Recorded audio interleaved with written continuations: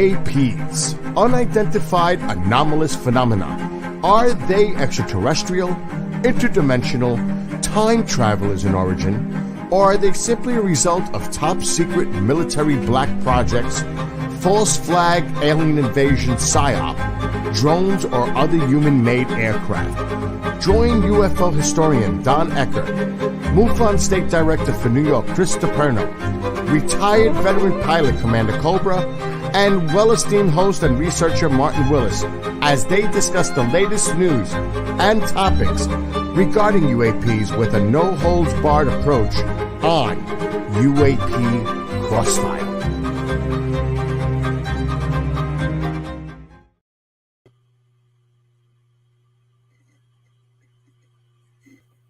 Hello and welcome to our show tonight. We have a great guest. Bob Spearing is going to be on talking about all the different shapes of UFOs that are reported. We are dawnless tonight, and but I do want to introduce our co-hosts tonight. We have Chris DePerno and Cobra. Welcome both of you. Chris, how's everything going? Good. If I could, Martin, just for real quick, I'd like this just to say goodbye and a tribute to a fallen hero from the police department that I retired from. His name is Michael Jensen. Michael Jensen was brutally ambushed and killed as he was investigating something at a house with another lieutenant. They were both ambushed and heinously murdered there on the spot. Jeez. Michael was laid to rest Saturday, and he left 3 children and a wife, homeless. Well, not homeless, but I mean without a father. They're fatherless now, and we pray for them every day. And they absolutely had a funeral to honor him, and you could see that he was very well liked by the number of people who came to this funeral. And I just want to say this before I end it. 100% of the proceeds go to these T-shirts that we're selling at usaracing.com. usaracing.com. Back the Blue. All the proceeds go to the Husak family, Lieutenant Husak, and Michael Jensen's family that are now fatherless. Both families there. That's the back of the shirt. And I thank you both for at least giving me this time to get that out there, because right now they need a lot of help, and there are our prayers. Amen to that. Yeah, very sorry to hear that. Commander, how are you doing? Very good, sirs. Great to see you both. Getting ready to hit the road. But off air, Martin, you made mention of a great friend of ours, mutual friend of ours that passed. Yes, this is a personal friend and a friend of many people out there, Paul Eno. He passed away, I believe, a few weeks ago it was. And I was talking to him right when he first started getting ill. Anyway, he will be missed. I got to spend some good time with him. He not rented. I let him use my guest house for almost a week so he could do some writing. And we really had some wonderful talks. He was a great man. His son, Ben, and him have done hundreds and hundreds of radio shows on UFOs and ghosts and you name it. He's had some quite amazing experiences himself. And he will be very missed. Paul Eno. Fellow coasting. I will tell you, Martin, I was on his radio show. He was one hell of an investigator when it came to UFOs. He was a great guy, and he was always polite to anybody that you tried to talk to. An absolute gentleman. A lot of people don't know he started out in a seminary. Right. As a seminarian, he spent quite a bit of time assisting on exorcisms. I think the numbers that he was involved in are staggering. I spoke to a very prolific minister that worked in the world of exorcism and was greatly impressed by Paul's work. As I said in the background, fellow coastie, he spent some time in the Coast Guard. Just a tremendous man. And aside from being an outstanding husband and a wonderful father, friend to almost everybody that he met, he probably personified and helped me really come to the conclusion of how everything is interconnected. Oh yeah, That everything is, that was his thing. connections. He drew from experiences where there was UFO, UAP, extraterrestrial activity, paranormal overlaps, areas. It was just amazing to talk with, and an incredible person for getting the story out to people. Very few people do terrestrial radio as well as he did. He did it for ages, and then he also seamlessly was working online. Wonderful guest for me. Hosted me a number of times. Heartbreaking that he passed. Well, if it's all right with you two gentlemen, I'd like to dedicate this show to him. Absolutely. I think that'd be wonderful. All right. So we hereby dedicate this show to him. Is that how that works? I'm not sure, but anyway. That's exactly how it works. Yeah. So let's bring our guest in. Bob Spearing, I conference in New York for the first time. He and I had been in touch a number of years ago, and he's a great guy and a wonderful guest. And I was really glad that he was available. And also, I'm going to be out at the MUFON Symposium in Dallas this July, and he is going to do his great talk out there as well on the UFO shapes and much more. And here he is, Bob Spearing. Hi, everybody. Welcome. Welcome, Bob. Thank you, guys. I Hello, appreciate Bob. it. May I just say one other thing about Paul Eno? Paul Eno was a member of MUFON's Experiencer Resource Team. Okay. And if you go to MUFON.com and look at our news articles, we have a nice obituary up for Paul on the front page of MUFON.com. Excellent. Thank you. Thank you. So, Bob, I don't, if it's all right with you guys, I'd like to ask Bob, what started you down this road to begin with? Because I know we had that conversation when you were on my show, but I'm sorry, I just forgot exactly how your interest started. Oh, it started over 60 years ago. In November of 1965, we had the great northeastern blackout on the east coast of the United States.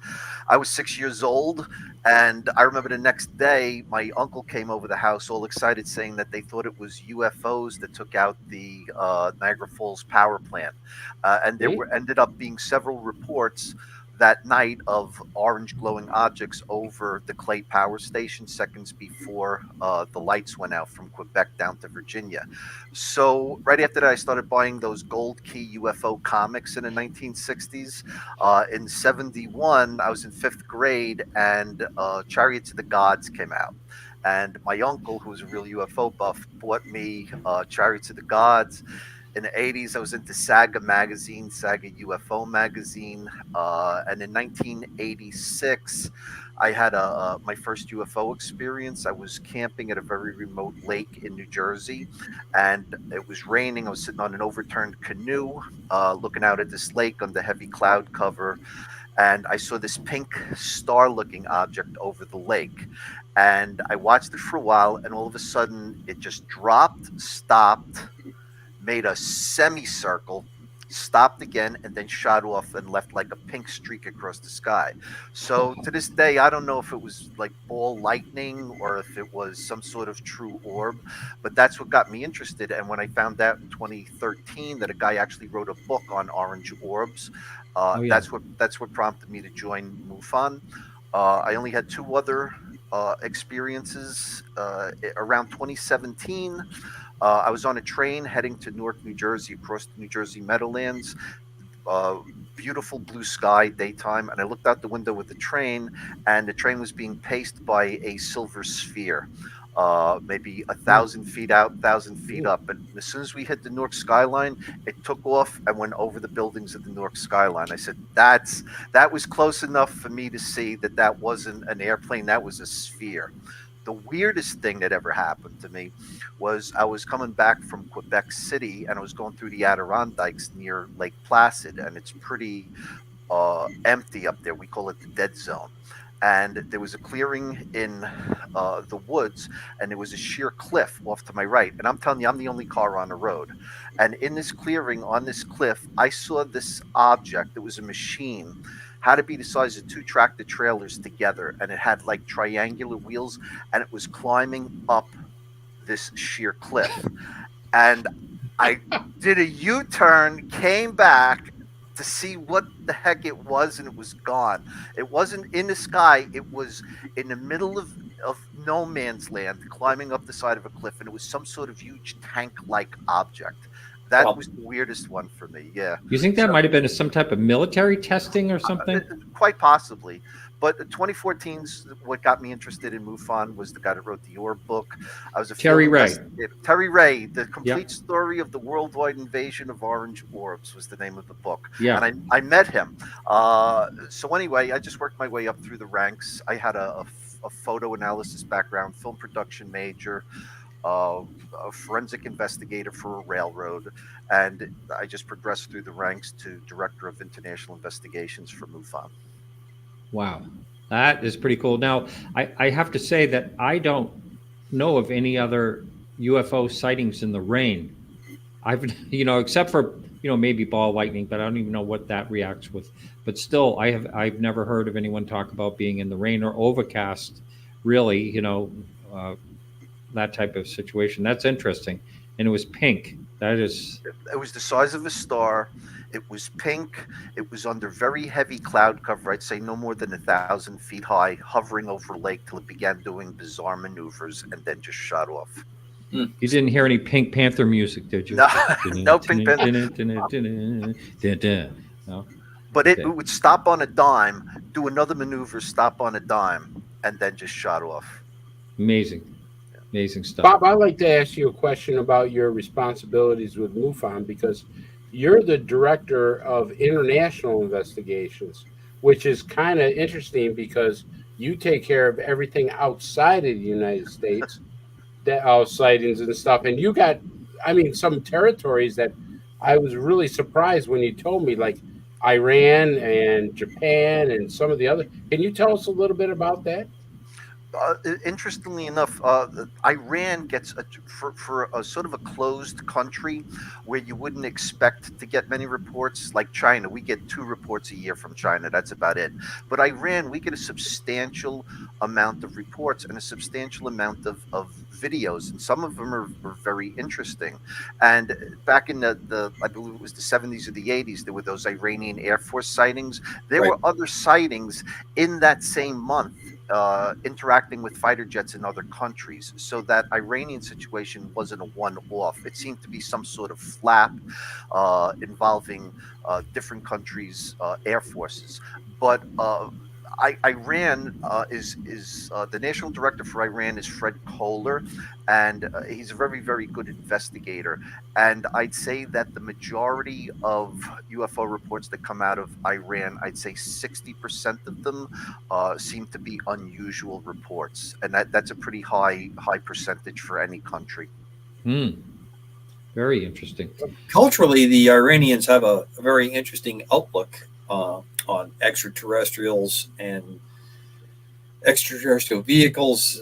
They are not, I'm not sure how it is under the present regime, how that's viewed, but from the time of, especially when you're talking about the Shah and in those sightings in the 70s, very interesting.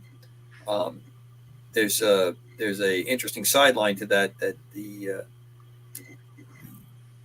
operation to bring not hostages, but folks that were left behind with the fall of the Shah from the government that were living with the Canadian embassy were brought out partially from a movie that was going to talk about extraterrestrials, and they convinced in this operation for the rescue that they wanted to use the architecture and some of the things that were in Tehran for the sets for the movies, and that was kind of how they set everything up, and that's how they brought out that number of those people. But it was a very fertile place for it. So, very interesting place. Yeah, so, I think the hostages were released 44 years ago this week. Isn't that true? Wow, amazing.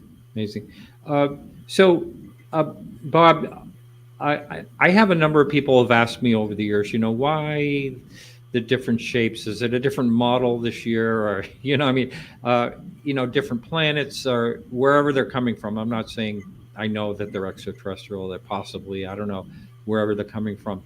But before we get into the shapes, I guess I'd like to ask you, why do you suppose there are different shapes and different things being reported? Well, let's say that they're coming from different parts of the universe, all right? Or let's say they're coming from different time periods, if they're temporal.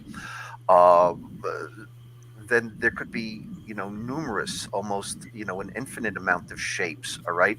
But I do see that there are repeating shapes over and over again. And I mean, just the way we have, Fords and Mazdas and such, there may be, the intergalactic UFO, manufacturing company somewhere making all different models. What is very interesting is that if you go back to one of my favorite drawings is the Nuremberg 1561 drawing by Hans Glaser. There's cylinders fighting each other with orbs coming out of the cylinders. But if you look closely, and nobody ever notices this, there's two different types of cylinders. One type of cylinder seems to have windows, and one of them has no windows but opens flaps to let out the balls. In my estimation, both of these cylinders were probably manufactured on the same world, let's say, just the way a MiG fighter and an F-35 fighter might be built on Earth but look different. It made me think that there was some sort of civil war going on between two opposing parties in 1561. Right. Yeah, that is interesting. I'm trying to get the image up. It's just taken a while. But yeah, that is a fascinating. I think it's a.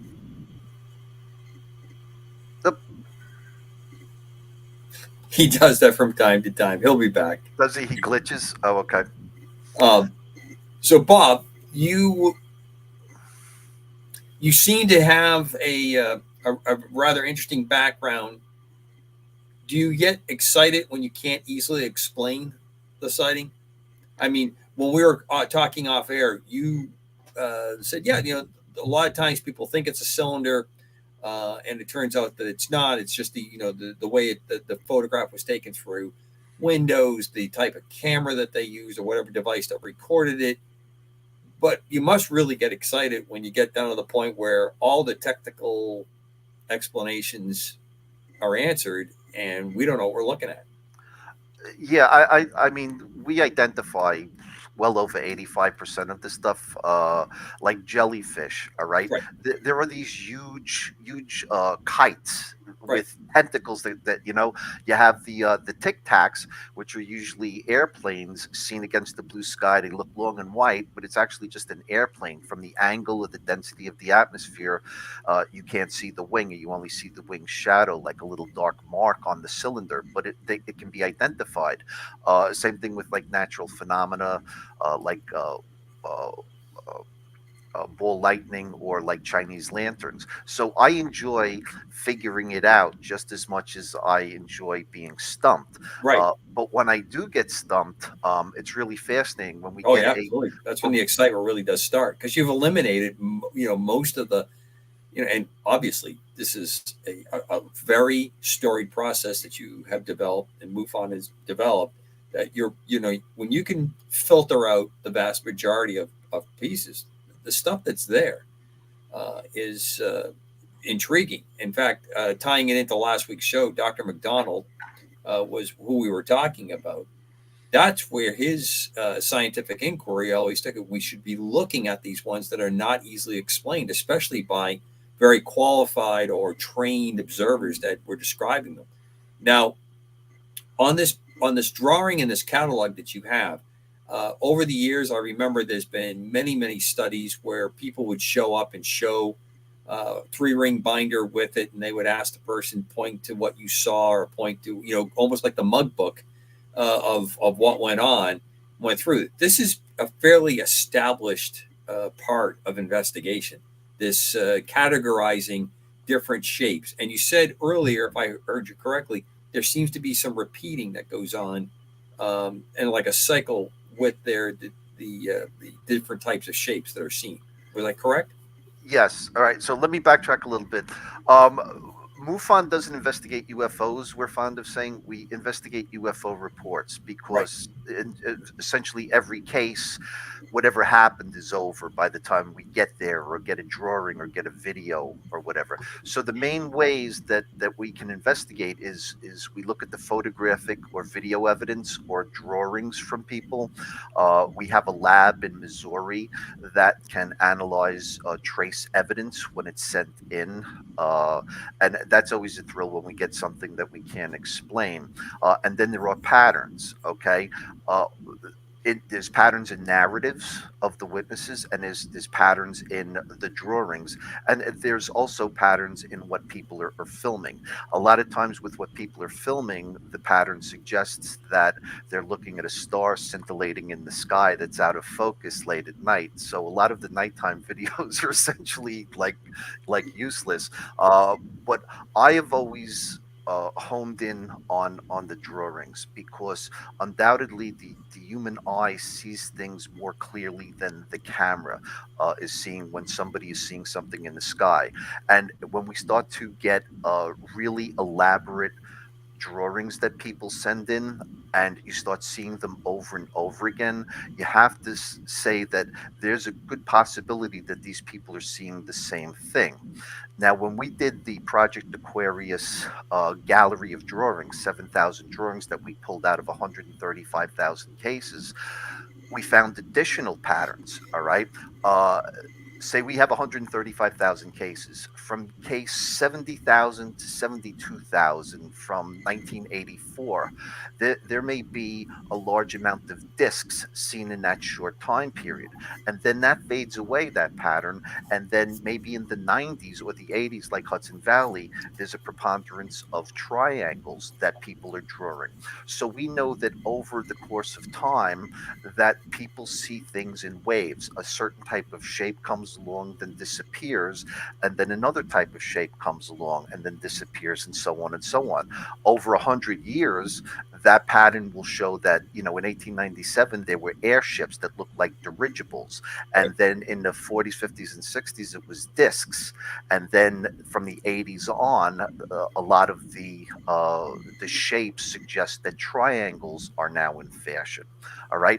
And there's also, we'll see that over usually short amount of time, in one location, people will be seeing the same thing. During the great UFO wave of 1957, it was predominantly in Texas and the southern United States over a 1-week period. So there's temporal patterns and there's geographical patterns and there's shape patterns.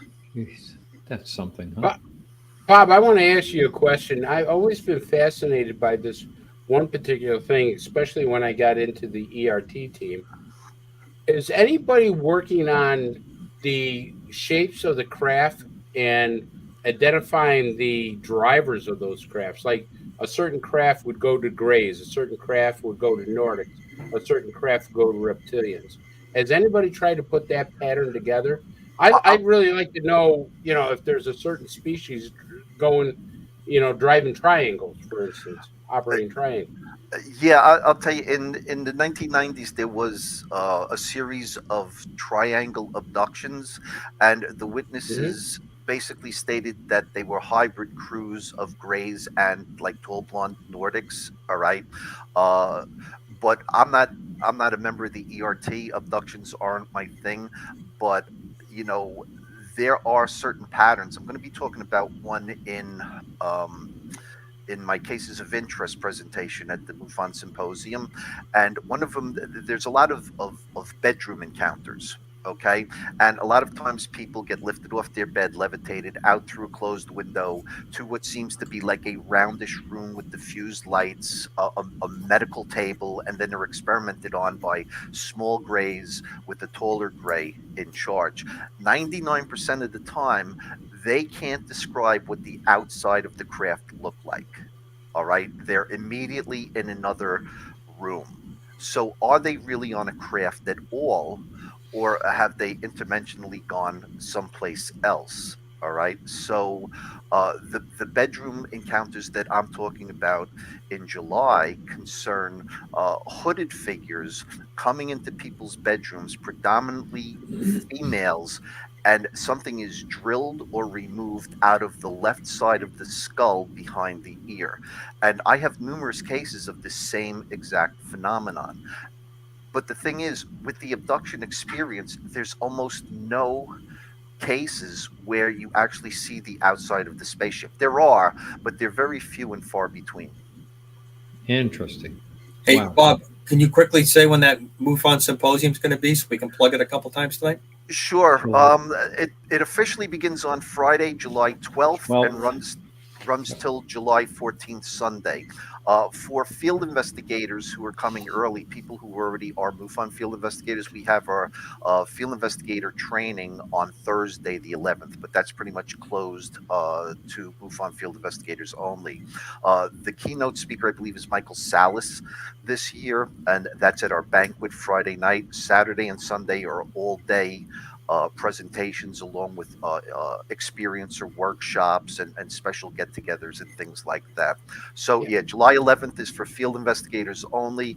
July 12th to the 14th at the Airport Marriott in Dallas, actually Irving, Texas, is for everybody, starting on Friday the 12th. And that's not Martin, far aren't you from going to be Daily speaking Closet. there? I'm not speaking. I'm the MC. MC, okay. Yeah, I'm pretty excited about that. So, yeah, that'd be great. And I do the cases of interest presentation at 2:30 on Saturday the 13th. So Martin will be introducing me for that presentation. Excellent. Yeah. Good. I just wanted to show you. This was the picture you were talking about earlier. Correct. It's not very clear, but you can see it, and that's always fascinated me. Now, just look. I could talk about this all day long. If you go to the left, if you go to the left side of the screen, you see a cylinder at like a 45-degree angle with what looks like windows and orbs coming out. Now go up above it to the top left-hand corner. That's another cylinder, but it has no windows. But if you look at the top left, it actually has a hatch opening up. If you go to the top on the right side, there is a cylinder releasing a red orb from a hatch. So there's actually two different types of cylinders going on, releasing these balls. Now, is it a MiG against an F-35? Are they coming from the same place and they're warring each other? And if so, what are they doing here? The other thing that nobody ever really talks about is down in the right-hand corner, you see smoke. If you zero in on a good picture of this, you'll see that one of the cylinders has crashed, is on fire, and there seems to be a rescue mission of orbs around it. Yet the debunkers will tell you that this is all just a static weather phenomena of sundogs. But the most fascinating part of this drawing is the black spear. The black spear came along later in the day. The Zurich Library actually has 2 of 4 different versions of this woodcut by Hans Glaser. In another version of this, and you can find it very easily on the internet, there are cuts in the black spear. And it suggests to me that this is actually an aircraft, a 21st century modern jet with wings. The ratio of the front wings and the back wings is similar to an experimental craft, an American experimental craft from the 1950s. Called the Stiletto. Yeah, whatever this black spear was, it did not come from Alpha Centauri. It was manufactured on Earth and built and designed to fly in an atmosphere where it needs wings for lift, which is Earth. Okay. The question is, there you go. See the cuts? This object was coming in for a landing somewhere. Okay. It had its ailerons down to slow it down as it descended. What the heck was a 21st century jet, probably some sort of B-1 stealth bomber, doing in Nuremberg in 1561? And Bob, I don't like to correct you at all. It would be their flaps that are down. The air would be for turning the aircraft to make it turn. I apologize. Yes, you're correct. And possibly slats. I would say flaps and slats. Looking at the configuration, how those two curves are, the curve that's in the front is curved the proper direction for a slat that's on the front of the wing. And the one on the back is curved in the proper direction for a flap. And what that does is it gives you more airfoil curvature, which allows you to fly at a slower speed while producing lift and drag at a lower power setting. So you would agree that this seems similar to some sort of aircraft? Well, when you started to talk about the Stiletto test aircraft, it looks almost like that. And it's very easy to understand how, if you filled in that picture and it was anything of a dark paint scheme or coloring to the aircraft, it's very easy to distort the wings and parts, but the proportions are very interesting. There's a third version of this where underneath the wing on the bottom, there's a very small protrusion coming out the backside of the wing. And I looked up what that could be. I actually put it up on the MUFON Observer Network community, and some people came back and said it looks suspiciously like a little GPS antenna. So that adds even a little bit more interest in the third version of the Nuremberg woodcut. Yeah, not seeing it, but yeah, that's all fascinating. I love the things that touch on history. That more people have seen things. I found a 1796, I think, a written in a diary about. It's called Perkins. I don't know if you've seen that, the Perkins memo, where they see these things in the sky and there's people on them and all that. But there was nothing we had that was flying around in this late, 18th century. Bob, I'd like to ask you a question. Well, for full transparency, Bob and I talk at least probably twice a week, right, Bob? Yeah, of course. So I know this story already, but it's a fascinating story. You did a lot of work on orbs, and one of the stories you told me, and I just couldn't. It was fascinating about an orb that took down a whole village. I mean, it destroyed a village. Am I correct on that? Yes. One of the things I've written about and will write about again are what are called violent orbs. All right. To me, I personally believe that the orb phenomena is several different phenomena. It's ball lightning. It is some sort of life form with a rudimentary intelligence or some sort of probe. And the third kind is most likely some sort of spherical craft wrapped in a plasma field in order to evade radar. So when we talk about violent orbs all through history, and I'm going back 3,500 years to ancient Egypt, there are cases of violent orbs. The earliest one I was ever able to find concerned Tutmos III, who was going against the Nubian army. And on the battlefield, they call it the miracle of the star. And this is literally written in stone. And when I say literally written in stone, it's called the Gebel Barkal Stela. All right. The story is written in a rock. That a white bright star came down, boom, annihilated the Nubian army without touching one person on Tutmos's army. That's a very, very discriminating meteorite, all right, just to take out one army on a battlefield. And it would seem unique, except that it happened again when the Romans were fighting the Pontians, which is modern-day Turkey today. And it actually allowed the Romans to regroup and then move down into Palestine at that point, which changed history, basically. In the 1970s, there was a very famous case that Jacques Vallée and J. Allen Hynek, they actually went to Salidare, Ethiopia, to investigate the story of this violent orb. And basically what this orb did was go down this city street. It was a red orb, broad daylight, and as it moved down the street, it churned up the ground beneath it, churned up the pavement, and caused the facades of the buildings in this village to fall into the street. The weirdest thing about it, a little girl got killed, by the way. Several people were injured. A little girl got killed. When the red glowing orb reached the end of the village, it turned around and came back down the same street, causing more damage, which suggests that it had intelligence and that it had intent. Both Vallée and Hynek classified it as a CE4. Really something. Let's see. Do you? I guess I'd like to go into. You were talking about the shapes being, in a certain geographical area too, not just time-wise. Has something ever come out of like fashion, like for instance, all of a sudden, instead of discs in 1950s or whatever, in a region in, say, another country or whatever, they were seeing, cigar-shaped UFOs or something like that in Yeah, one region. that's drilling down pretty deep. It's the type of thing where I'd have to look into CMS and try to find those types of patterns by using keyword searches. I couldn't tell you off the top of my head Yeah, about something like that. yeah, yeah. That's all fascinating. So let's see. Do you want to start talking about some of the shapes of these things? Okay, don't in put them general? up yet. I want to Okay. do a little intro for the first one, which will be octagons. Okay. Okay. This last year, all right, what the media and our government, I believe, are trying to push as the big UFO news story are the congressional hearings. Okay. I think that last year the real story was what happened right after the Chinese balloon incident. Okay.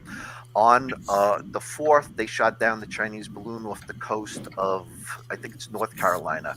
And there's plenty of South video Carolina. of that. South Carolina. I was And- there. I was under it. Oh, yeah? Yeah. I'm not So joking either. No, I believe you. There's plenty of video evidence to prove that. Also, there was also over the Black Sea, a Russian fighter jet basically took down an American drone. And we were very, very quick to release the footage of the downed American drone by the Russian fighter jet over the Black Sea. So you'd say, wow, that's very magnanimous of the United States government to show us those videos so quick. However, on February 10th, 11th, and 12th, 1 week after the Chinese balloon was shot down, the United States Air Force, once in conjunction with the Canadian Air Force, shot down 3 objects over North America, which is unheard of. They shot down an object near Barrow, Alaska on the tundra. They shot down an object, the Barrow, Alaska object may have interfered with the cockpit instrumentation. The Yukon object was shot down in dense mountainous forest. And then there was the most famous shoot down was over Lake Huron. And that was an octagon-shaped object with sort of strings hanging off it, the way the pilot described it. And a very difficult shot, by the way, on that one over. They had a lot of difficulty actually getting the lock on that particular one. They needed two Sidewinder missiles to take it down. All right. So there's a lot of interesting things about this story. Is that, think about this. They claimed after 1 week they're calling a search off because it's too difficult to find these objects because of the terrain. Okay. So one of them was shot down on the tundra. So even if it snowed and covered the objects, we can find a dime in the Sahara Desert. All right. Never mind something under a foot of snow that's metallic with our equipment. All right. So to me, that's a lie that they just turned off the search after a week. Same thing with the Yukon object. Remember that last year a little private Cessna went down in the Amazon jungle with a bunch of children on it. The mother died, the pilot died. They found the kids 47 days later, but they found that plane in the middle of the Amazon jungle in a week. I flew over the Amazon jungle. There's nothing for hours, but they were able to find it. But they can't find a UFO on a tundra. They can't find a UFO in the Yukon forest. The one They couldn't find anything in Lake Huron either, right? That's where I'm going with this. The third thing was shot down near the upper Michigan Peninsula in Lake Huron in 147 feet of water. All right, I checked the depth. They couldn't find it after a week. However, when the Titan submersible imploded in the Atlantic near the Titanic, the search field was the size of Connecticut. All right, and they found that thing in 12,000 feet of water. But you can't find something in 147 feet of water in Lake Huron. All 3 of those things, they're lying to you. All right. So the weirdest thing is the shape, because when they mentioned octagon, I decided to go into the MUFON CMS, our case management system, 135,000 cases, and I started doing keyword searches for octagon and polygon and pentagon. and hexagon, and it was just amazing what I found. And the thing was is that in a lot of the cases, people actually drew what they were seeing. And in one particular case, 2 years before the Lake Huron object was shot down near the northern peninsula of Michigan, one of our MUFON CMS reports describes an octagon near the upper peninsula of the Michigan Peninsula, within 3 miles of where they think that the object went down. The final part is that even though they said they called off the searches, I don't think they did, because there were a flurry of newspaper articles right after that where suddenly they were finding all of these shipwrecks from 100 years ago in Lake Huron. That tells me they must have been looking for either UFO debris or Sidewinder missiles that went missing, all right, and accidentally found some 100-year-old shipwrecks. So if you want to put up some drawings of octagons. Before you do that, Bob, wait a minute. I want to ask Commander Cobra a question because it fits right into your thing. CC, don't we have like some kind of GPS system or something if we shoot a missile and it hits the target? I mean, we must have some kind of system where we can track whatever we shot going down. Am I correct? If there's a couple things you can do. First of all, the Sidewinder is an IR missile, so it's looking for a heat difference. That's why they had such difficulty. They fired 2 shots. I would be very surprised if the first missile survived intact. Generally, they can detonate or they'll have it destroy itself if it doesn't get to the target. And that had to be considered when the geometry of what they were doing for that shoot. You wouldn't want that to go into hit a vessel or get onto land and cause any casualties. That's one. No, we do not track by the missile or the part. Where you would get some of that information, Chris, is from the aircraft itself. We have a very accurate position based on GPS and probably an INS system as well. The 2 systems are common on most military airplanes. One has a known position and then it keeps it up, and then the GPS, of course, uses the satellites. So you know where the aircraft that fired the missile is. You have a radar image that gives a altitude and range from that known aircraft position where you're engaging it with the missile. In this case, you don't have to track that with a radar return. The plane may have maneuvered, but since these were not displaying classical kind of counter air-to-air type things, they probably stayed pointed at it, just like what Martin saw when the F-22 shot the Chinese balloon. The plane didn't veer away very quickly. You can see how that plane is basically heading in the same direction as the missile did that hit it. That's about probably about 8 seconds to 10 seconds after the missile hit and it's starting to drop. That's the F-22 passing underneath the bottom. So you don't have exact position. The best way you could have had all of that for a very precise position is if you had a third airplane that was either tracking everybody that was involved, something like an AWACS or something like that, or another fighter that was tracking everything and you had a good radar return. As I understood what would happen in the public sphere on that particular one, there was a lot of difficulty getting a solid return to last long enough, and then the heat lock was very difficult on it as well. So that brought a lot of theories to possibly what it was that we're shooting. I heard everything from hobbyist balloons to something that may not have had the same kind of that had stealthy type characteristics, that was shedding heat as well as image that didn't provide a good return for the heat source. You know what I think is kind of amazing is that we had those 3 shoot downs in such a short time, one right after another. And, that was just so bizarre. And we haven't heard anything more about any other shooting. I don't think there was ever any plans to talk about the Chinese one until the rancher in Montana with a really nice iPhone or a Samsung. I don't want to give until they start supporting the show. Some really good Android phone with a really good camera. He took this picture on a clear day in Montana, and that balloon had actually lowered quite a bit. Cold, dense air. I've studied that balloon in the open files quite a bit, and there was a lot of interesting things that were going on there to take advantage of air current flows, ability to raise and lower its position. It had propulsion units to help it get into the areas that they wanted, ways that it could stay in a spot. There was no intention for that.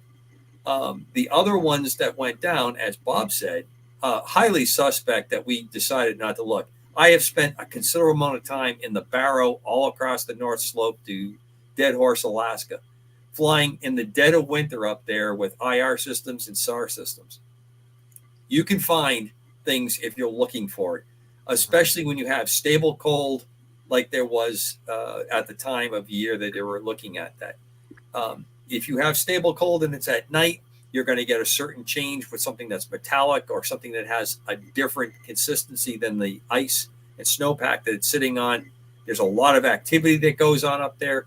There's a lot of practice with the military building expeditionary airfields on the ice and snowpack up there. It's all part of what we do for the defense of Alaska. It's a key territory, and that part controls a very important pipeline. So that's nothing new. They're weak excuses, and I like the shapes, and like Bob's CMS study, you could run in and go back and look at stupid explanations that the government has provided, and that would have an interesting CMS printout as well that almost follows in the same kind of cycles that go on with this. Now, can I ask you a question, Commander? When a military jet is engaged in an actual encounter, don't they have belly cameras that record the entire thing? Generally not a belly camera, Bob, as much as what happens is there is a heads-up display referred to as the HUD. And when you see things that are shown on TV, when they show an engagement, there is a recording device in the cockpit that will grab this screen. And that screen usually is like a plate of glass that projects up onto it a lot of the imagery that the pilot wants. That's so the pilot can be looking out over the top of the instrument panel of the airplane, looking through this HUD, and can still see out onto the sky what they're engaging. Below that are the multifunction displays on most modern fighter type aircraft, which are basically the same kinds of screens that you have on your smartphone or Android phone or like a tablet, and they can move those imageries around. Some aircraft do carry advanced reconnaissance pods or a long-range camera, and there's a couple things. IRST is another one that is used that would allow, almost looks like a rifle scope that they can look and they can get a specific kind of return, either based on heat or some other aspect. In the particular case of that, you don't normally have a camera. But the gun camera film that you always hear referred to from like World War II and Korea has been replaced by now a digital imagery because all that's recorded. So some of it was shown when they fire that, but you're not going to see very much, especially when you take, as you know, Bob, from video production. If you take that presented data, not the raw data, not that you could go through and analyze almost frame by frame the digital imagery that was recorded, when you show it in a compressed file format, you're not going to get the detail, and that's done on purpose. We're not going to allow that out, and they would never put something that would show how good the picture is to the public because you don't want to give the enemy any idea how strong or how capable those cameras are. That recording. Commander, don't we have satellites though that could watch this in real time? Yes and no. Not a common place for satellites to be positioned. And again, you're talking very close to the surface of the Earth. You're talking about very small objects. The fighter is very, very small. What it fired at seems to be very, very small. So satellites do not blanket the surface of the Earth constantly. And generally, we try to put our satellites in places that we're really interested in looking and taking nothing away from the Klondike of the Alaska-Canadian border or the Great Lakes. There isn't much interest there, as much as they are, say, like the Middle East or Ukraine. Those areas probably get a lot more attention. Possibly some stuff over in PRC as well. We're probably interested in what they're doing. You know, they never mentioned those 3 shoot downs once in the NASA hearings, in the whistleblower hearings, or in the Arrow hearings. I was very, very disappointed. Well, that tells you a lot, though, because that's something you bring up, a very good point, Bob. No one asked. That's the first thing. No one asked about it. It didn't catch a lot of attention on it at all. It was the buzz for such a long period of time, but it played out very well. I mean, if you're trying to control or shape a message, we really let everyone run kind of crazy with it, right? And then we ran off to the next interesting, shiny thing, no pun intended, that came along.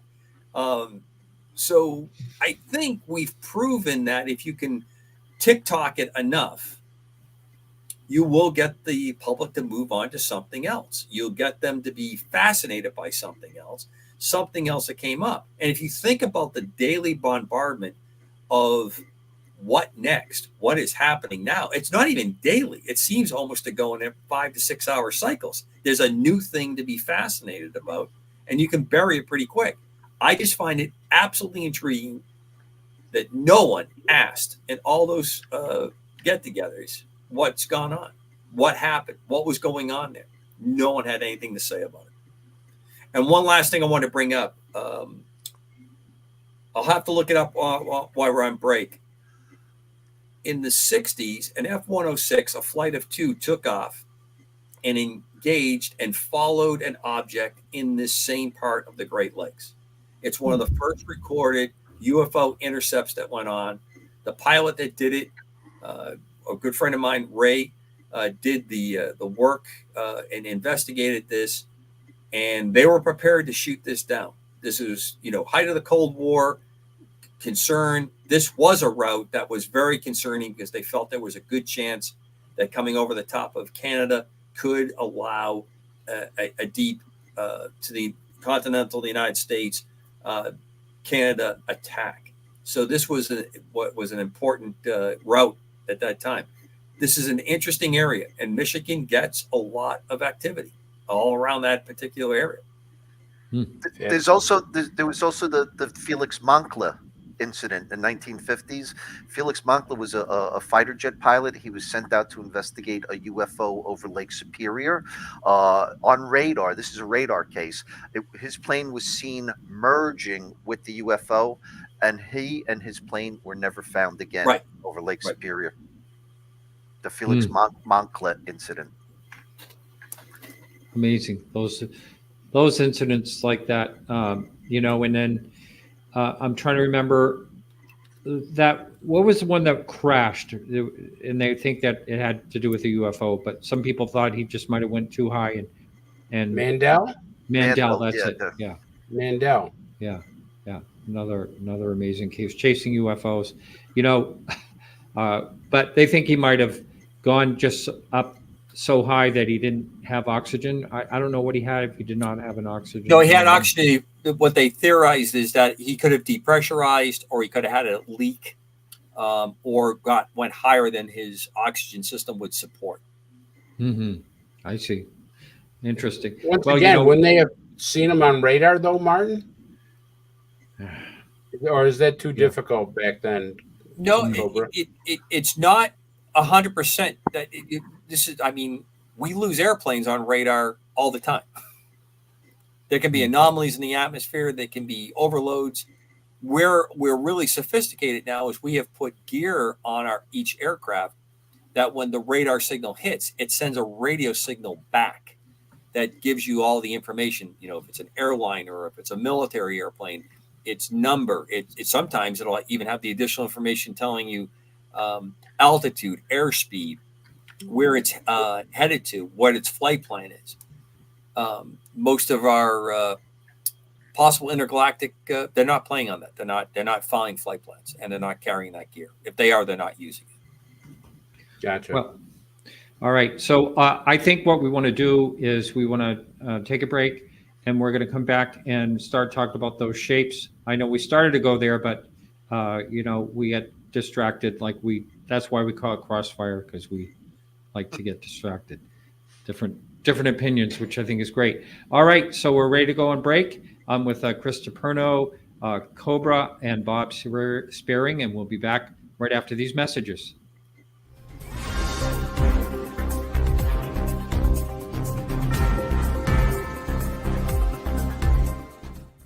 Hey members, the new KGRA DB app is now available on iOS and Android devices. Gain on-demand access to any KGRA DB programming. Download any show directly to your mobile device to listen or watch on the go. Go to the App Store and search KGRA DB.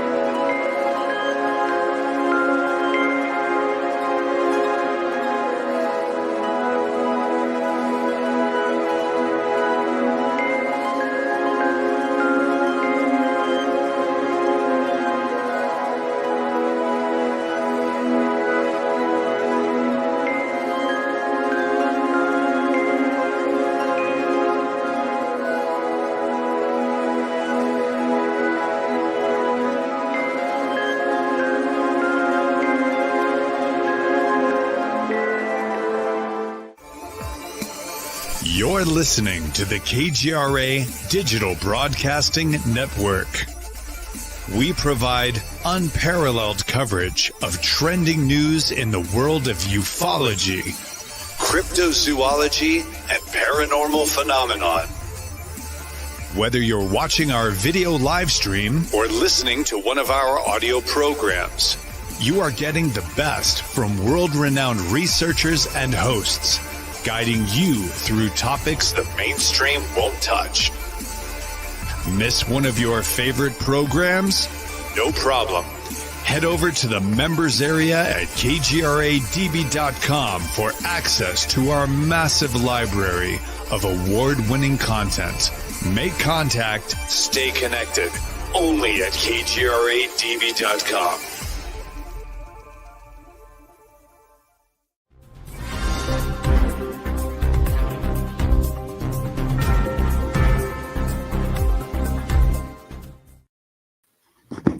And we're back. Wow, look at Bob pop in. Hey, we're back. So, yes, Bob, we're back here with Bob Sparing and Chris DePerno and Cobra, and we were talking shapes. We got all sidetracked on all different types of interesting things. And I think the whole shoot down thing was fascinating. And I did also wonder, and, you know, I mean, not having any experience in this and not talking to you, Cobra, who you have a lot of knowledge about this stuff, but I was wondering why on earth they couldn't find any of those, you know, those other ones. I mean, it just seemed really bizarre because, like you said, the way they can find almost anything in the Amazon jungle, I know what you mean. It's just unbelievable that they could find something there, you know, I mean, compared to like a snow, you know, I mean, unless it was in the middle of a snowstorm and snowing or something like that, but I don't think it was at the time. I think they found the objects. That's what I think. They just not telling. I think they did as well. Yep. Oh, they would never hide anything from us. What are you? That's crazy? Correct. Yeah, Martin, that's absolutely correct. And we can just move on to the next part of the show because you've completely calmed the waters here on this. So let me give you two possibilities. It's extraterrestrial or it's terrestrial. And one thing that's very, very embarrassing that's come out of this whole thing is that a lot of the components that were recovered on the said Chinese balloon and some of the drones that have been recovered on different battlefields are showing a large number of American-made NATO allied countries components on there that have been cobbled together by our friends over in the PRC and put together in a very effective package and being used against us. That can be very dissettling at any time. Things are going to continue to amp up in that direction. We're headed to an election year, so everything is going to be magnified either direction. So I understand that it can be for national security. It can be for trying to calm the public. But a lot of times it's kind of embarrassing stuff as well, that we have all these laws that are supposed to be followed, export laws that have to be followed. And the next thing you find out that somebody's selling the stuff right out of the garage and it's gone there. So it doesn't surprise me. Well, I think what really throws a lot of weight behind what Bob said is these did not get brought up. I can understand the Chinese balloon one, but none of this came up in the Capitol Hill hearings. Right. Nothing. That's right. So let's get into the polygons, the different shaped, several shaped items. So there's a bunch of things I can get into here. The earliest case we have is the second one from the left on the top. This was in England in the 1970s. Basically, a teenager was sitting on the top of a hill near a power pole, basically, where there would be high tension, electricity going through it.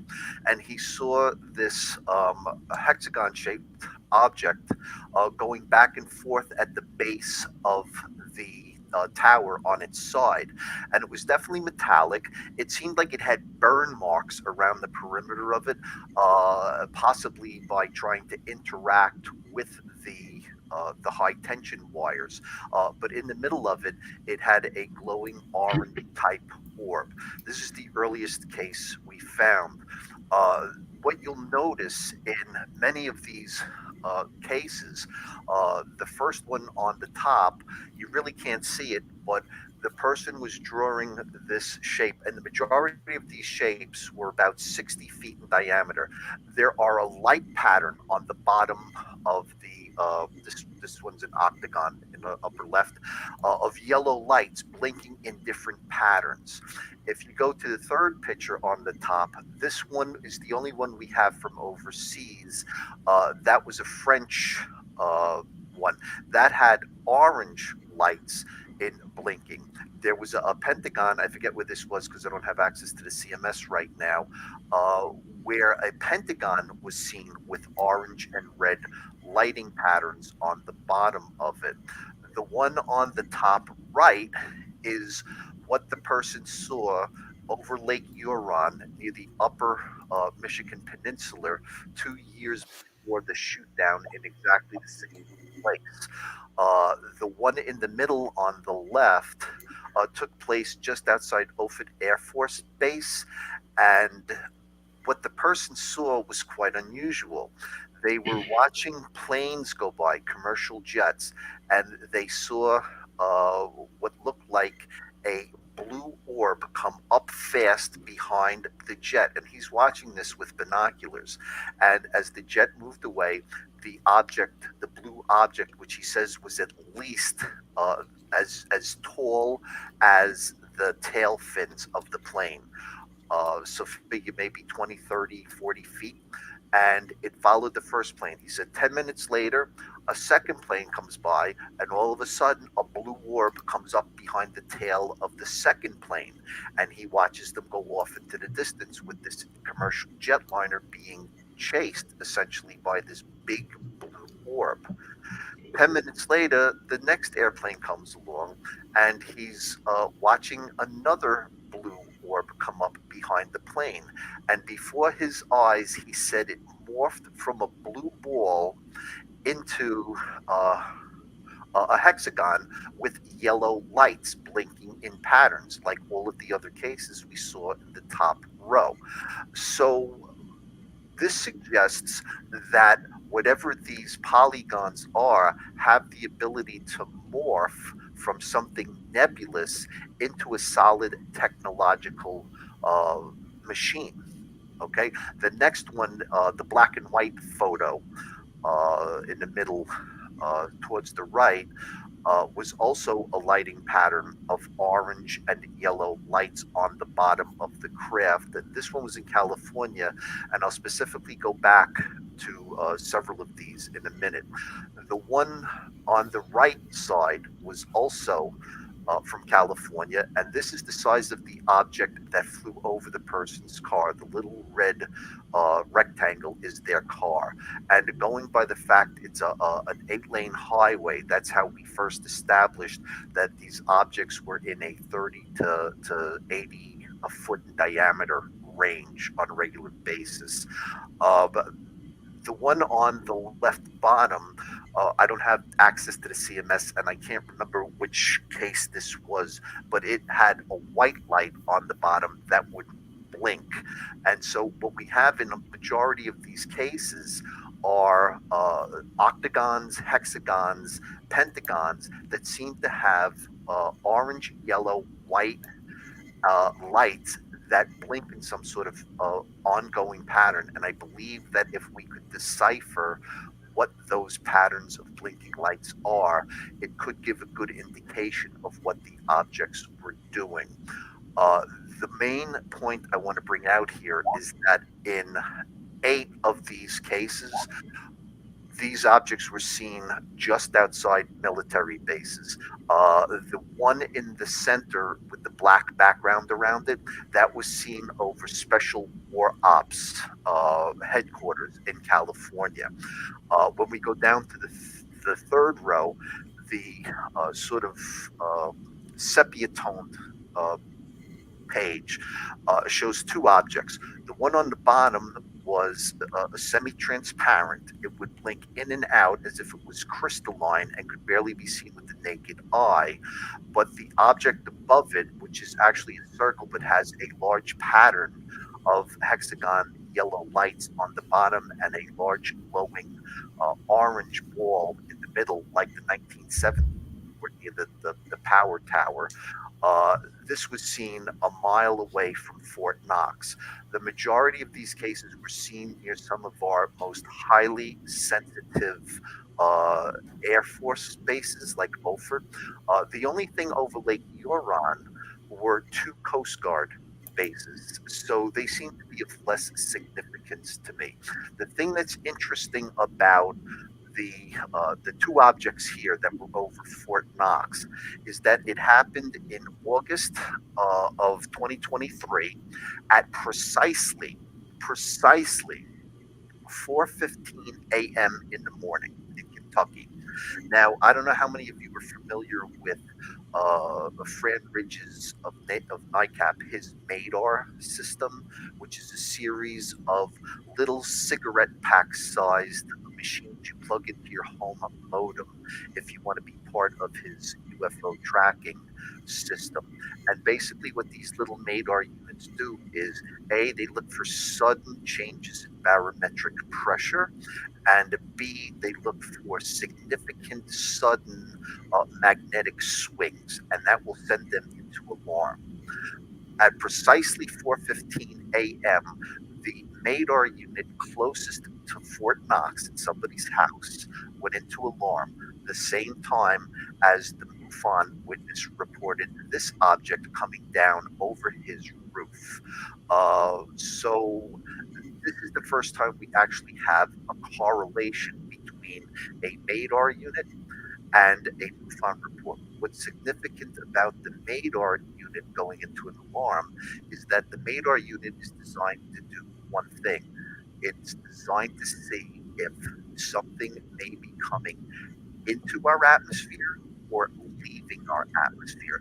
And if it's within a certain mile range of the MADAR unit, that will trigger the MADAR unit.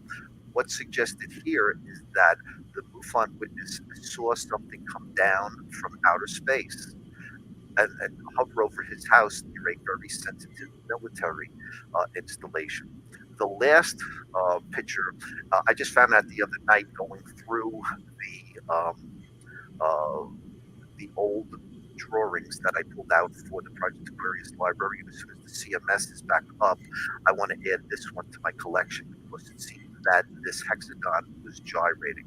So the points I want you to get out of this is that A, they all had patterns of lights that seemed to be significant in certain colors. B, the majority of them were near military bases or sensitive locations. And C, they may have the ability to morph from something nebulous into something like a machine. That's interesting. Go ahead, Chris. I was going to ask Bob, because after a while, I decided that those Tic Tacs are possibly ours. The Tic Tac sightings that happen, and I've come to believe my belief is that they're ours. So I'm looking at some of these here, And I see shaking heads one way or another. Hey, I was a believer that they were not of this earth, but then after studying stuff, I kind of went and talking to Michael Schratt and some other people that the possibility is a good possibility they're ours. But anyways, getting back to Bob, could some of these diagrams that you just shown, could they have been drones? Because a lot of them kind of remind me somewhat of some drones. So not all of them, but some of them there, the way you're describing them and stuff, could they have been drones? They'd be very big drones at 60 feet. Second one, the earliest report goes back to 1975, I believe it was, in England. So I doubt that was a drone. And the third point is, why would we shoot one down over Lake Huron if it's ours? Well, it may not have been our drone, but it might have very well been a drone. Mm-hmm. Well, here's the question I had after all that. When you came to the morphing, I have a friend who, I've talked about it before on the Antiques Roadshow, who had witnessed a box-shaped, craft came in when he was at Amherst College between the towers, and it had blinking lights on the corners. He said that's what he noticed at that time. Fighter jet came, the thing shot off toward the mountains, and then all of a sudden it burst into 5 lights, and the 5 lights were blinking in sequence. The jet was going after it, and then it shot off. I mean, that's such a weird story, and so I just wonder, have you ever heard anything similar to that? Just last week, somebody posted something on Facebook where they said that they saw a craft that broke into 5 pieces and turned into 5 separate different things. That could be a drone, some sort of, drone cluster breaking apart. But I just saw that last week that somebody saw a UFO break into. So I want to jump in real quick. Chris, when you say drone, you may be indicating a man-made terrestrial kind of vehicle is what I'm picking up that you're saying. Yeah. Well, yeah, let me also throw one other part. If I was going to another world and I was trying to get information or I was trying to ascertain stuff, I would use drones from my primary vehicle, base, whatever, to go out and do activities. I'm always very curious in these reports when there's lights and the lights sound and look like positioning lights on an aircraft. I can never understand why extraterrestrials would take the time with advanced technology to observe the same kind of red light on the left side, green light on the right side of the airplane for air traffic control purposes. They're trying to mimic us. That's all. I just don't buy it. Sorry, Yeah. that one. I know. There, I'm joking. You'll convince me of that right after the UAP is the Tic Tac is a UAP that was extraterrestrial. I don't quite pick up that one. But autonomous vehicles and what we're starting to approach now as a openly discussed capability is very high. And look at the activity that we did on the moon and what we've currently done on Mars. So that makes sense that you might have that. One side question, Bob, when they describe these octagons, did they give the third dimension? Did they give the z-axis kind of shape of what they saw? Were they flat on the bottom when they went over the top, or did it seem to have it? Most of these people saw them from underneath, so I would get the impression that the bottoms were flat, except in the case of the 1970s British one, which seemed to have like an equator, almost like Saturn. All right. Yep. So. Yep. Yeah. So let's. You want to move on to the stealth? Do you need to talk about that first? Yeah, sure. Just quickly, I just wanted to give the next two. I just want to give examples of what MUFON believes are probably terrestrial craft, but there's going to be a twist with it. If you want to pull it up now. Sure, you bet. Yeah. Okay, so in the past 3 years, MUFON got these particular set of 5 drawings, and to me, they immediately stood out as looking like some sort of B-1 stealth bomber. What was interesting is that they described these objects as smaller than a B-1 bomber and that they were white. All right, and that they seem to have windows in the front and a curvature on the wings. So they weren't sure if they were some sort of saucer-shaped craft or some sort of winged craft. So interestingly enough, in October, the United States released the first picture of the B-21 Raider. Raider, and that's a picture of it in the middle. This new generation of stealth fighter is smaller than a B-1, and also they're white, just like all of these witnesses were describing. So I believe that what these MUFON witnesses were seeing were test flights of B-21 Raiders. The problem is the inaugural flight of the Raider was in October of last year, and all of these cases are prior to October of last year. And the weirdest thing about them, and maybe Commander Cobra could enlighten me on this, in 3 of the cases, the witness said that the object was silent and hovering. So I don't know of any capability of a stealth bomber that has the ability to hover. What's your thoughts on that, Commander? Well, I'm sending a picture to Martin and Chris right now to throw up for us to talk about on the show, because a couple of those pictures resemble something. So, no, there is nothing on the B-2, the B-21 with it hover, but during the 80s and 90s, there was a triangle-shaped aircraft that had the same kind of front-on profile look that was never actually discussed, ever designated in the public sphere, and I never was able to find anything on the other side that showed or demonstrated a capability of vertical takeoff and landing or hover-type flight. And it was extremely silent, and it had interesting propulsion. There is definitely discussion on TR-3 Mantra, stuff like that. This happens to be Tacit Blue. It's affectionately referred to as the alien school bus. You can go up and actually touch this aircraft. It's at the Wright-Patterson National Museum of Air Force Aviation. National Museum of the Air Force at Wright-Patterson Air Force Base. It's a little bit banged up from its glory days of flying because you can, as I say, you can pretty much walk right up to it. If you lean forward, you can touch it. They don't want to give away some of the capabilities. This was an incredibly important breakthrough aircraft in the stealth technology. Very interesting shape, that duckbill in the front. It demonstrated a lot of the mathematical principles that was attributed to a Russian mathematician that started the whole stealth capability by reflecting and not directing energy on this. I've often been curious what this aircraft beyond research did, if there was more than this one aircraft. And of course, the 117, the famed F-117 Nighthawk, caused an incredible amount of attention.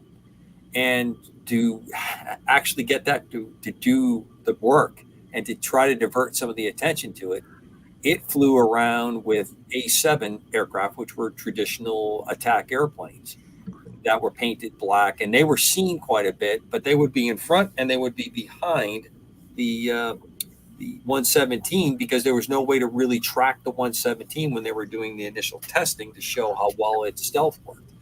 You're talking about aircraft that basically have a radar return the size of a small ball bearing. That's where we're at between shapes and the materials that they're putting on there to absorb and reflecting energy in a way that doesn't show up on radar. So you looked at that Tacit Blue. There's some other aircraft that were like that really matched that picture. And if you notice, when you get into that, when you see that capability, you're tending to look at something that's using lift as opposed to just pure thrusting technology. But when you get into the shapes that don't have the wing capability, now you're starting to talk about, are we getting into augmented? This is all aerodynamically Tacit Blue, but are we getting into areas that are using anti-gravity? Are we using augmentation between downward thrust as well as forward thrust? Very, very interesting stuff. And I know balloons are, we had a lot of talk. One of those really large triangular aircraft was rumored to be a combination of lighter than air technology or near neutral buoyant technology, as well as lifting shape to it. So the idea is that once you got it flown at a fairly slow speed at night, you could pretty much park it over where you wanted to go, very low radar return, and it was nearly silent. And it allowed you to do a lot of intelligence gathering on that. Interesting theory on all those things going on there. Speaking of theory, what about the TR-3B that everybody always seems to bring up in these conversations? I think that aircraft had a very interesting, it may still be flying. I have a number of friends that have from in and out of the service that have seen stuff, that participated in exercises. I have a feeling, though, that it may have been so dangerous or expensive to pull off what it did that it didn't allow it to be mass produced. You could only get what you wanted, this very advanced technology, but it couldn't practically be turned into a fighter or a bomber. So you compromised to get the offensive capability that you wanted on it. But I think these aircraft, I am convinced that we're flying something very stealthy that looks like a B-2, a B-21, but it's a transport airplane. It's not a bomber. It's designed to get in and put troops into a location or be able to pull people out of a location in a very stealthy manner. And as you know, endless obsession with the triangle-shaped airplane. If you want to get my fangs to drop, this is the subject to bring out. Especially from our military part. No doubt that the TR-3 flew. A lot of folks over the years have told me about experiences they've had around it.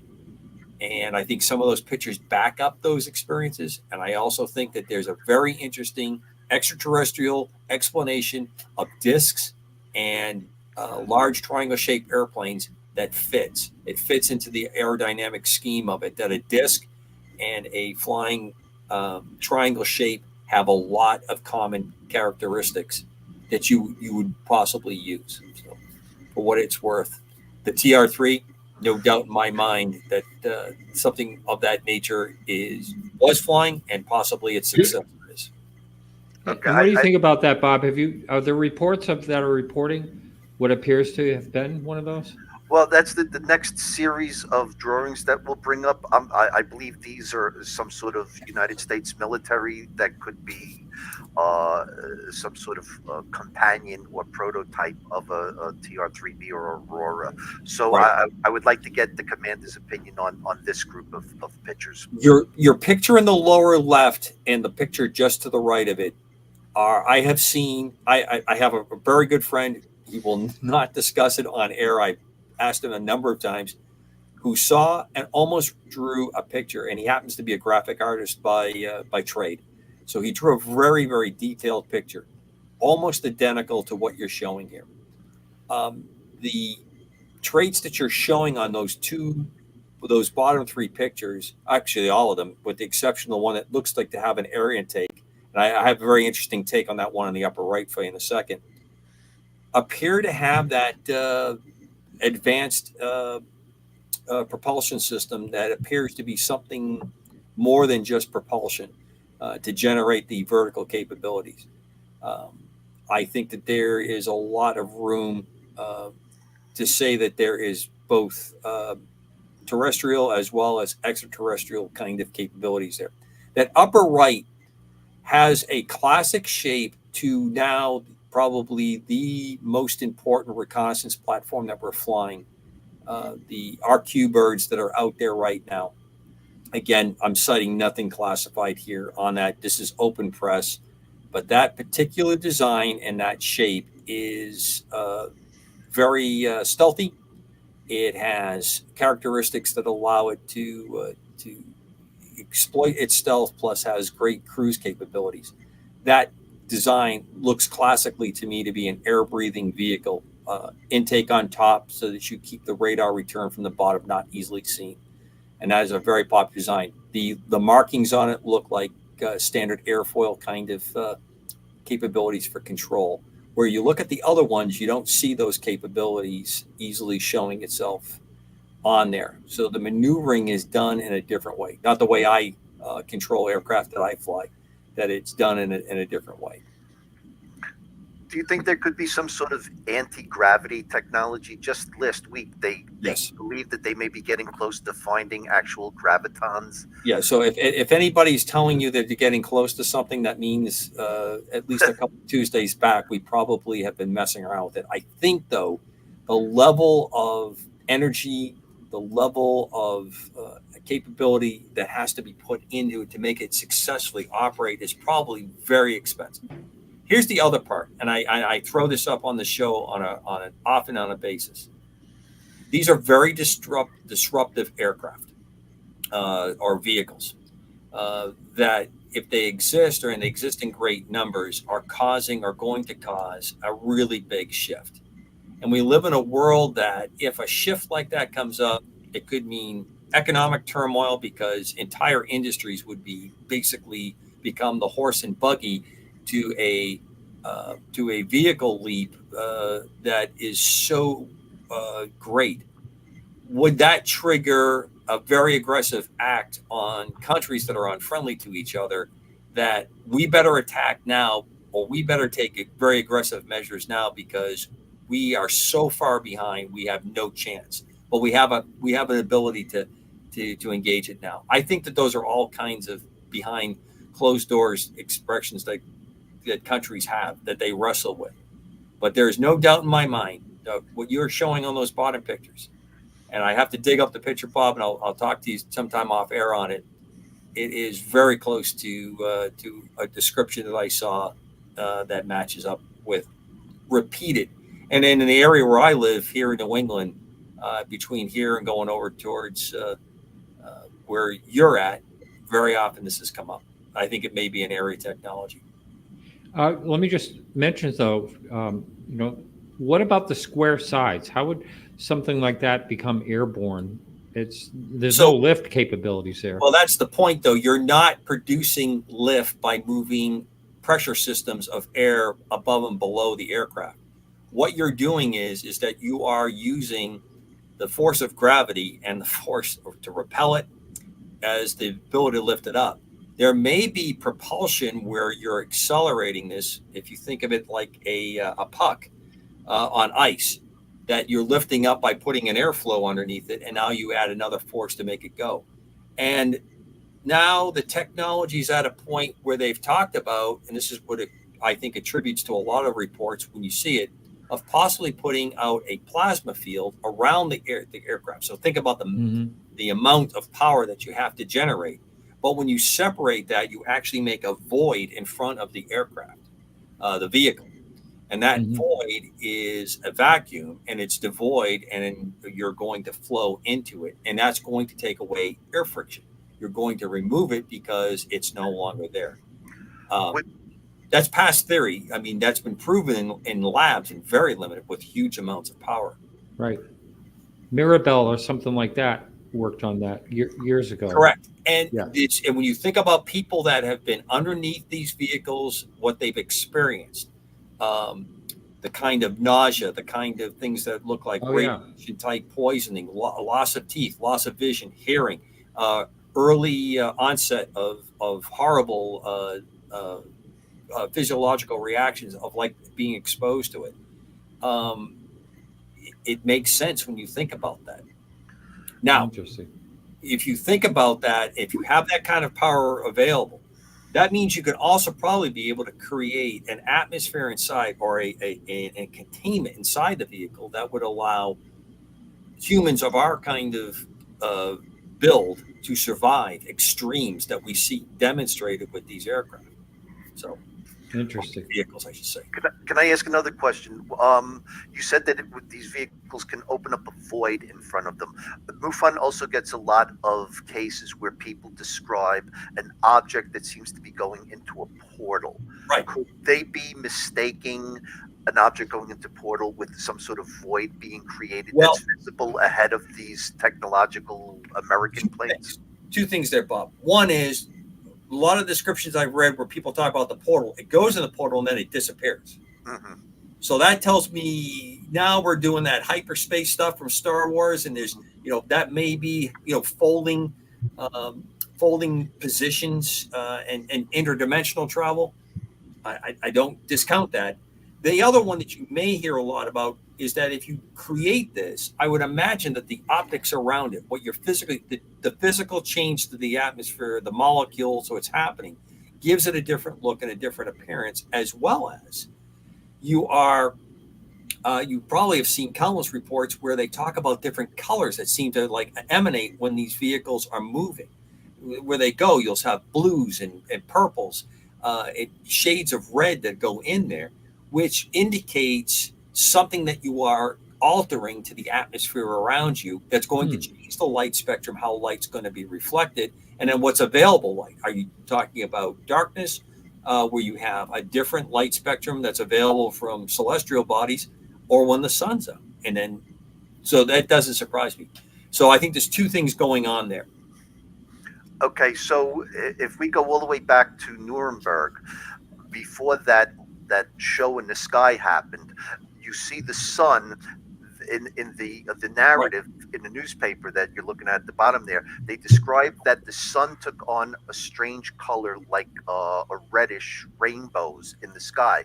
This has happened multiple times throughout history, and a lot of times people who see these portals in the sky say that the sun seems to change color, and that there's these rainbows, sometimes strange colored clouds. So could that be all wrapped up in one phenomenon? Oh, I think so. And I think if you were to expand that just a tiny bit to reported religious events where there are apparitions or visitations by different religious belief systems, a similar thing happens when they are visible, when they're showing themselves to large groups of people. There are astronomical changes that people that are witnessing that is happening in the sky. It doesn't surprise me that you're changing the physics of what is optically being seen, because you're probably warping or changing what the physical alignment is happening to all those gases, all those parts of that. You're probably changing that. I don't think you're doing anything to the sun. I think what you're doing is you're changing what the atmosphere looks like. Like you put sunglasses on of a certain shade, and that makes you see things in a different color. Bob, when you showed that picture of the all the cylinders and that one black object, I remember seeing something like that. And this is what I found. This is a drone that Lockheed Martin actually built. It's an F-17 Nighthawk. Right. That's not a drone. That's a manned aircraft. That is a manned aircraft? That is a manned aircraft. That is the aircraft that ended the Cold War, because when it flew into Baghdad, it was not seen. That is an F-117, which has been rumored to be retired for over 15 years and is still flying in exercises and still being tested. Now, this is supposedly a stealth drone. That is correct. The UK has. And we have something very similar to it. And can you go back to that picture real quick? Yeah, sure. See on the bottom there, the airfoil that's extended? Yeah. If you go back to Bob's drawings, you will see almost exactly the same lines showing up in position on there. No, there you go back one more. Right there, upper right-hand corner. Yep. The one in the upper left too, with the front of it, it almost seems like it's got an air intake on it. So we want to make sure we get through. We got a half hour left, and we got 4 or 5 different shapes we have to get through here. Okay, let's go to chevrons. Chevrons. Let's pop them up. Now, the interesting thing about the chevrons is that we have had people drawing these things for decades. All right. This is not a new phenomenon. I mean, we can go back to, like the Phoenix Lights. Right. What happens is these are quite different objects than your traditional, triangle, which is, a black triangle with white lights at each point and a red light in the middle. These seem to be V-shaped objects with nothing, in the interior behind what's basically a giant wing. They all have very large lights on the bottom. They have different amounts. In some cases, it seems that there's more lights on one wing than on the other. That may be because of the angle people are seeing them at. But the one right above the word chevron was involved in an abduction of a mother and her child. The most intriguing thing about chevrons is that in a lot of the cases, including one of the producers at KGRA who saw one, they're absolutely silent.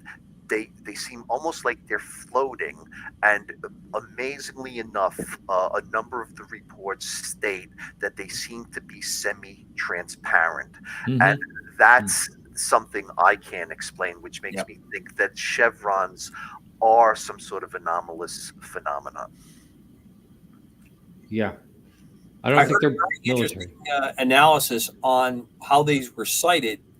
And I had to say that the person that was talking about it, pretty well informed, and they just took the schedule of how they were showing up, and of course the great activity that happened in New York around this particular type of sighting, and it did sound like a flight test program. How they showed up and how they weren't seen, and then it would repeat back. So you had like a Monday through Thursday kind of activity. And then they didn't show up as much over the weekend, and it would come back up again on this same schedule. How could you make them like semi-transparent? What type of technology would that be? Well, going back to World War I, believe it or not, they attempted to make stealth airplanes way back in World War I. Obviously, no radar concerns. They made the aircraft completely see-through material as much as possible, so that it did not have paint on the outside of it, and they doped it so it was clear, and they put lights on the aircraft in World War II to try to match the background light so that it would be hard to visually see, obviously before radar came up in early World War II. Interesting accounts of ghost skeleton aircraft from World War I flying around. So what would you do with that? You may be changing the skin. There may be sensors. And there's rumors that the F-35 has the ability to, in some versions of it, to put cameras and projection on the outer skin. Obviously, you can imagine the expense, but it would allow you to have what is being seen above the aircraft projected or shown on the bottom of the aircraft. And I read about that. Shown to the top, so you can't see it from down. That's out right now as a very current theory that capability exists.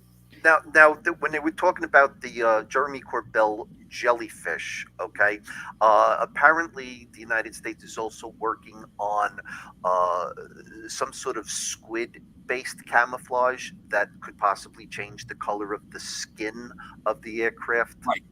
Okay. So we do possibly have the technology. They often referred to in the public as chameleon. It's been talked about for close to 30 years, trying to do this as much as possible. Again, the problem is the expense of doing this. For how pervasive of a capability is it? How useful would it be to have that capability? And it may have applications that make it very effective. I just think that a high-speed aircraft being able to do that, not so important. An aircraft like this, or air vehicle like this, or a vehicle like this, very, very interesting that you would do this, because it's nearly silent from most of the reports I've read on this particular one. It is not moving very fast. When it's seen, you don't know what happens afterwards. Intriguing capability there. But there are some reasons for it, no doubt about it. Okay, so Now, Something like this, Commander. yeah, That's been talked about quite a bit. right. I've That's heard about actually that. a thing where Yeah. they're talking about that they actually can make a skin that is almost transparent using Yeah. cameras and stuff. With cameras and right, pretty amazing what we'll see in the future.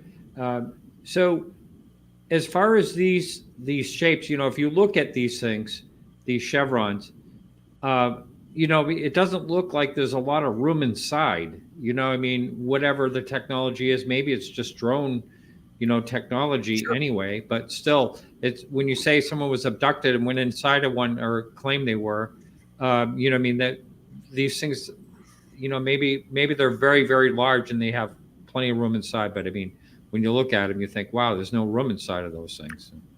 It doesn't seem logical. You know what I mean? If it was a manned spacecraft, all right. Okay, you want to go to the next one? We're running out of time. Sure, cigars. Let's look at. I call these blunt end cigars. There's different types of cigars. Recently, and this also can be explained, people have been seeing dozens of portholes on these very long cylinders. And what they're actually seeing is pareidolia. They're actually seeing Starlink trains. And they're imagining that the Starlink trains are actually one long dark craft, and that the Starlink train of satellites is actually the portholes. So we've identified dozens of cases like that, and people send us photographs and videos all the time of Starlink. What you're looking at here are the unusual ones, because in several of these, especially along the bottom, you have what appeared to be like patterns or camouflage on these objects, and all of them are not very big. In the middle on the left, the orange, the purple, and below it the red, they seem to be similar objects. The purple one was actually shooting beams down to the ground and is almost an identical case to a coyote in Delaware that was sucked up into a cylinder in exactly the same way. The girl witness saw the cylinder drop a piece of meat out the bottom. A coyote came over to it at the edge of a forest. The coyote got sucked up. This is creepy. And then she heard what sounded like bones crunching, and then the carcass of the coyote was thrown to the ground, and the thing shoots off. She goes up to it, sees that there's no bones, no blood. It's just basically the skin. And she goes in the house to get a camera, comes back out, and it's gone. She goes back in the house. The mother says, "Where have you been?" She goes, "I went out to try to take a picture of something." And the mother says, "You've been gone 4 hours." All right. So I believe that there's some definite missing time, and that's one very lucky girl. Okay. Sure. The top row, the first 3 objects, they seem to be the same exact shape. The green one on the right and the one in the corner in the right, they seem to be similar type of objects. The one up in the upper right, that's a very, very large one where they believe that there were portholes and creatures were looking out the windows of it. So that one's different than all of the rest. The interesting thing is that we've been seeing cylinders since the 1890s, especially the airship wave of 1896, 1897, right on through up until today. So the question is, are some of these possibly some sort of dirigibles, or are they some sort of, anomalous craft? Yeah, I got to tell you, I've been in Russia a number of times, and my friend's father told a story. Now he's not even, he was telling it in Russian. It was being translated, but he was going through this pass, and this cigar-shaped vehicle came through really low, and all the cars stalled. Everyone got out of their car, lifted the hood, wondered what was going on. Well, I think that happened first, and then the thing came through, and they said they had portholes in it. And then it floated off. And then once it got to a distance, someone jumped in the car and it started, and they all just took off, didn't even talk about it. I mean, the aircraft carriers have seen these large cylinder shapes alongside them. I think as far back as World War II. I forget which aircraft carrier it was. But I wonder if some of these are dirigibles. I wonder if some of them are what they call sun balloons, where they heat up in the sun and then begin solar to balloons, float. And that people, are experiencing pareidolia. They're seeing something that's not really there, but making it appear that it's something anomalous in their mind. But this has been going on for 100 years. So, is there something else to it? All right. Let's do discs. Now, anybody familiar with Betty and Barney Hill? Never heard of them. This is exactly what they drew, basically, where there was this object with large windows and these creatures were looking out the window at them. We have dozens of these videos. The one specifically that's my favorite is the one on the right in the middle with the looks like military crew people. This took place in 1952, and a girl was looking out her window at Fort Monmouth, New Jersey, and she saw this craft 30 feet away from her with large windows and what looked like military men with epaulets on their shoulders, on their uniforms, and they were busy doing something as if they were trying to fix something. This was right out her window, hovering in 1952, and one of it looks like a service member looks up and smiled at her, and then gradually it lifted off and shot away. There were 3 other reports. This was in New Jersey. There was one from Pittsburgh, Kansas, and off the top of my head, I can't think of where the third one was, but these people all drew the same thing. So again, are we looking at some sort of military craft? But in the Betty and Barney Hill case, the creatures that they saw looking out the window did not seem to be human. So again, are we dealing with something that's both extraterrestrial and terrestrial and just looks similar? There's even one case, and I don't have the drawing here, where the person was inside the craft. Apparently one of the crew members, which was an alien, this is all 1952, was injured, and they were brought on board, and because it was requested that they give the people on this craft, whatever it was, water.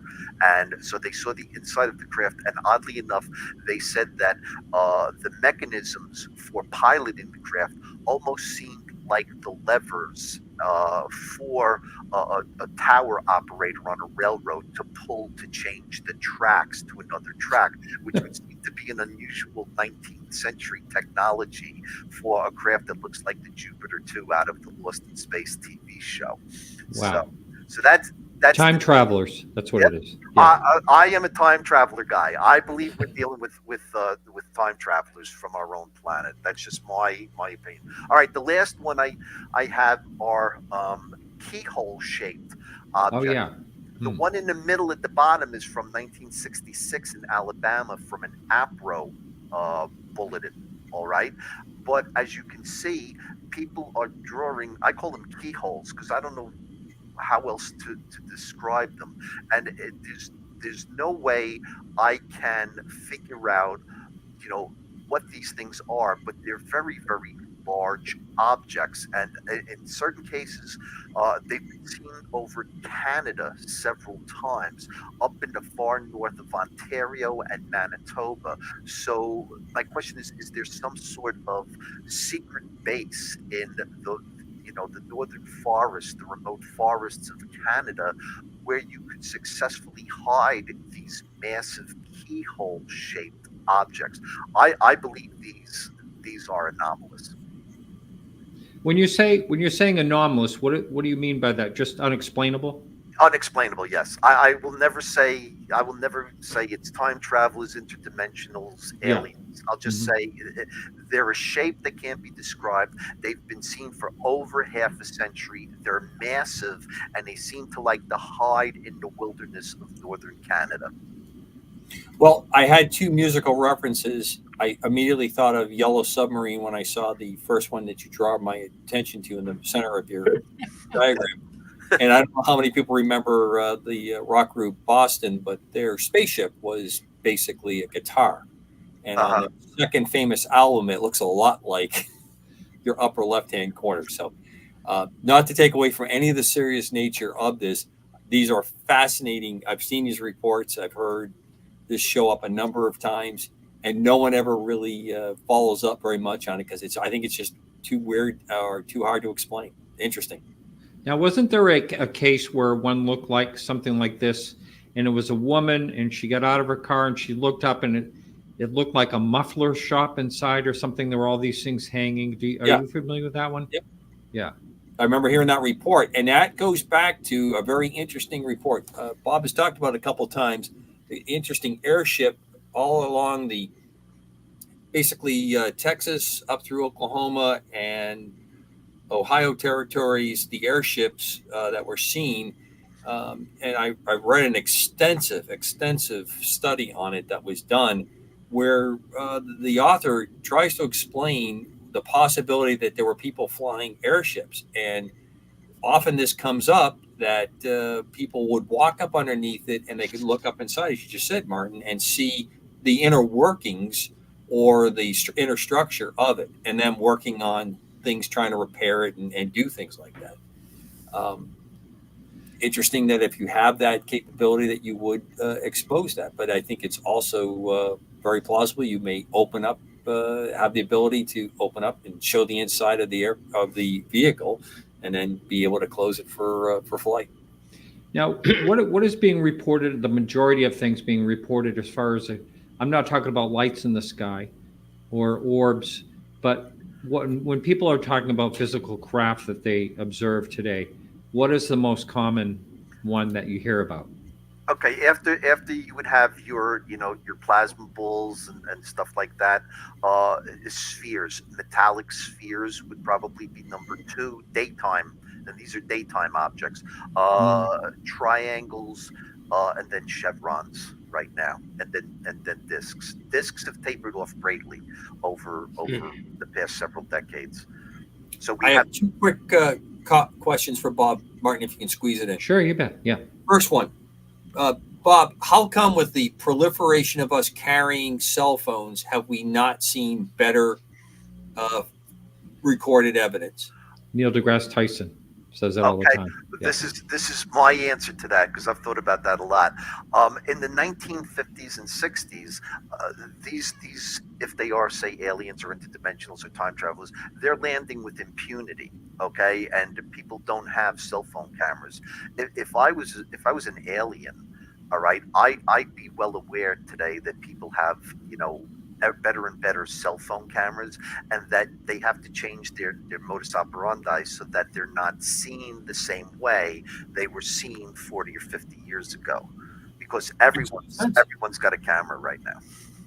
Okay, here's the next part. You talked about the incredible depth of the files that you have. Is MUFON going to start getting into the AI kind of machine learning to start analyzing the files against new things that are coming in? I mean, that seems to be the craze in almost everything else. You have a large mass of information. It seems like it'd be a perfect captive case for using a machine learning kind of capability to analyze a recent case and then be able to spit out all the possibilities based on the file data. Well, compared to Enigma Labs that has multi-million-dollar infusions and the Arrow and the DoD and NASA, MUFON is basically a small grassroots operation, and your basic AI package today that's not really that good off the shelf is probably $50,000.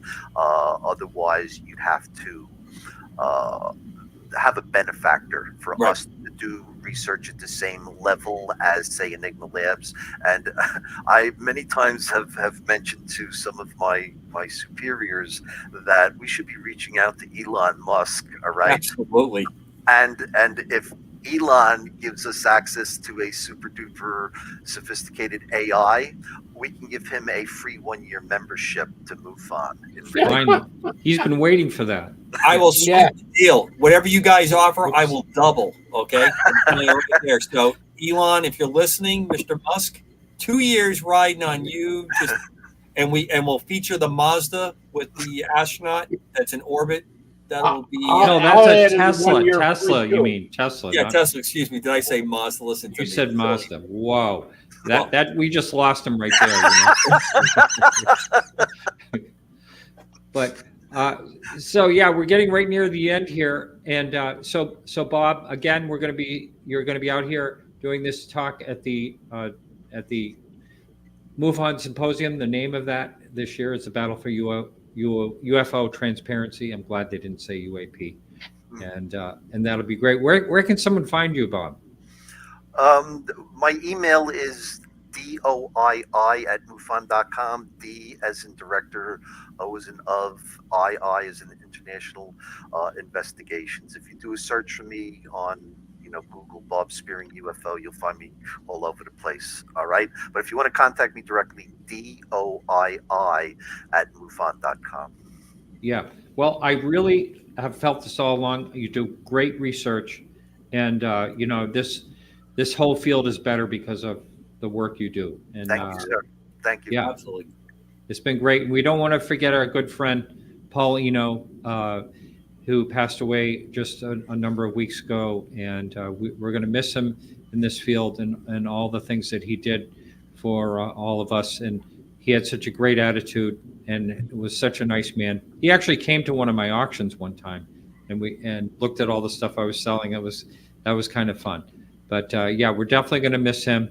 And Don will be back next week. Commander will be gone. We're going to try to figure out what to do without him. I'll be out for the next couple weeks. I will probably be causing some UFO activities if all goes well with with the project I'll be working on, flying around.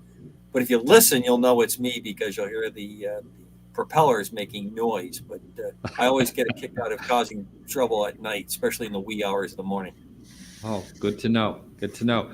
And yes, I just want to mention for my own show, I have Jonathan Wygant, the Marine, coming up with Mike Herrera, and that's coming up on May 7th. And that should be It'll be a phenomenal show. humdinger. Yeah. All right. I think that's it for us tonight, gentlemen. Thanks so Thank much, you so Bob. much. Thank you so much. Thank you, Bob. Thank you, guys. All right. We'll be back next week, everyone. Good night now.